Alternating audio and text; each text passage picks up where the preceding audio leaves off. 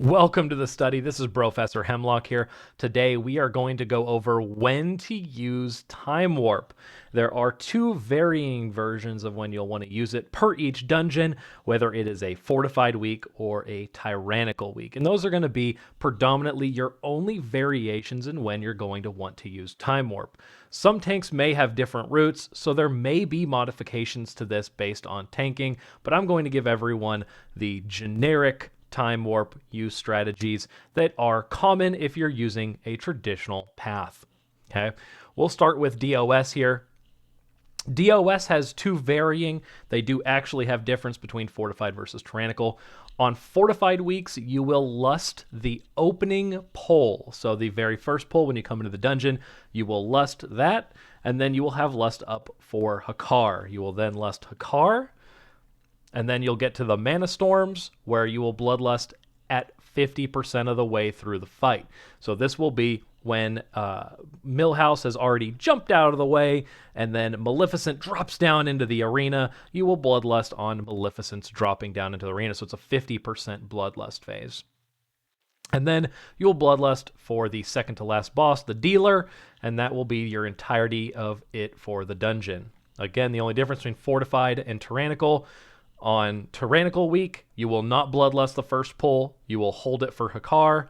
On Fortified week, there's just enough gap with most groups to where you Bloodlust the first pull, and you still have Bloodlust up for Hakar. Moving on into Sanguine Depths. This one is pretty straightforward regardless of the week. You'll Bloodlust on the first boss, and then the second boss. You will not have it up for the third boss, and you'll be able to Bloodlust on the final boss, General Call. Necrotic Wake, this is another one where it is pretty straightforward regardless if you are on Tyrannical or Fortified. You'll Bloodlust on the first boss. You will not have it up for the second boss. Possibly. I want to get a little asterisk. Some groups, if you're going really slow and you're wiping a lot, you might have it up here, but you probably shouldn't use it on this boss. You want to actually hold it and then save it for the Surgeon. So on the Surgeon, this is one of those rare fights where you are Bloodlusting at 50%. So not necessarily 50% exactly, but whenever he gets hooked, right? So you have those two mobs he spawns, then you have to kill those two big mobs. Once you down the two big mobs, he spawns a little hook guy. The hook guy targets the boss about halfway through the fight, pulls him down, boom. That's when you're going to use your Time Warp ability, and you'll finish him off. And that'll be the final use you'll have in Necrotic Wake. Mists, very straightforward. It doesn't matter which week it is, Tyrannical or Fortified. First boss and final boss, very straightforward use. Plaguefall, very similar. First boss, third boss, and you're done. Right? So that would be the first boss and the third boss, and you'll Bloodlust both of those on pull. Then we'll move on to Spires. Spires is very important to have good Bloodlust timing in this one. One of the fights specifically on Tyrannical is extremely hard. It will be the first boss and the second boss that you will be utilizing Bloodlust for. Both of them will be utilized on pull.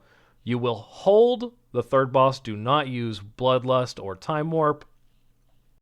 And then this is where the variation comes in for Spires. If it is a Tyrannical week or a Fortified week, there will be a difference. If it's a Fortified week, you will Bloodlust or Time Warp on the final ad before Devos. If it is a Tyrannical week, you're going to use Time Warp on the second phase. Second phase. Very important note there. You do not want to use Time Warp on the first phase on Tyrannical week. She, no matter what, has mandatory phases that cannot be avoided. So you have Pride buff for phase 1. That's going to be utilized in phase 1. In phase 2 on a Tyrannical week is when you want to use Bloodlust or Time Warp, because you no longer have the Pride buff, and you're trying to shorten those phases as much as possible to kill her as quick as possible. Okay? And that will be for Tyrannical week. Fortified, remember, you're going to do the last ad. Okay.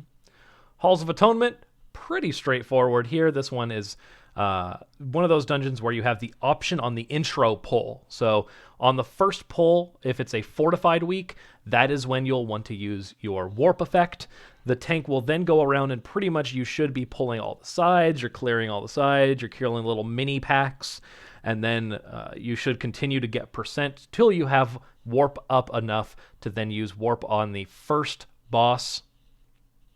You will not have warp up for the second boss, and then you'll have warp up for the third, but you can hold it here.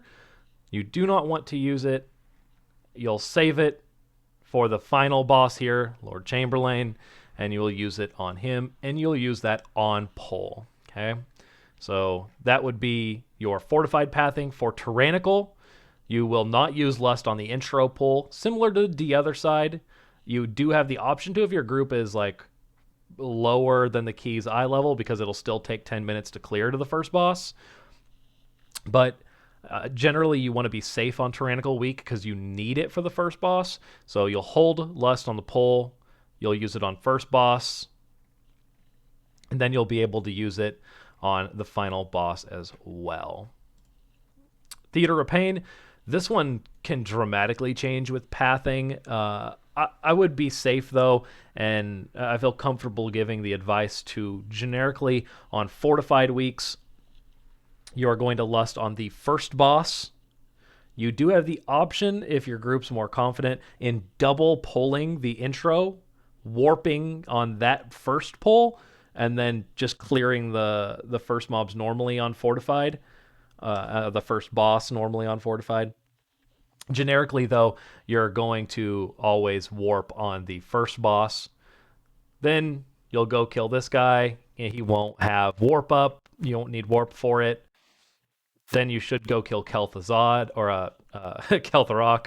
You will have warp up for him. You'll be using it on this fight always. This fight will be Tyrannical or Fortified. You will always use it on this boss. You will not have it for Gore Chop. And then on Mordratha, you will use warp on the final 50%. So once she hits 50%, she phases into doing the side. The mobs keep running at you in a cross angle, and the spawning of the packs fighting each other. So on Mordratha, you will use that at 50%. And that is a quick breakdown of when to use all of your warp effects in each dungeon on Tyrannical or Fortified. I hope you enjoyed the video. Please give this a big ol' thumbs up. Smash that button with an arcane blast, and then barrage that sub button if you haven't already. Thank you very much for watching, and if you have any questions, please drop it in the comments down below, and we will see everyone next time.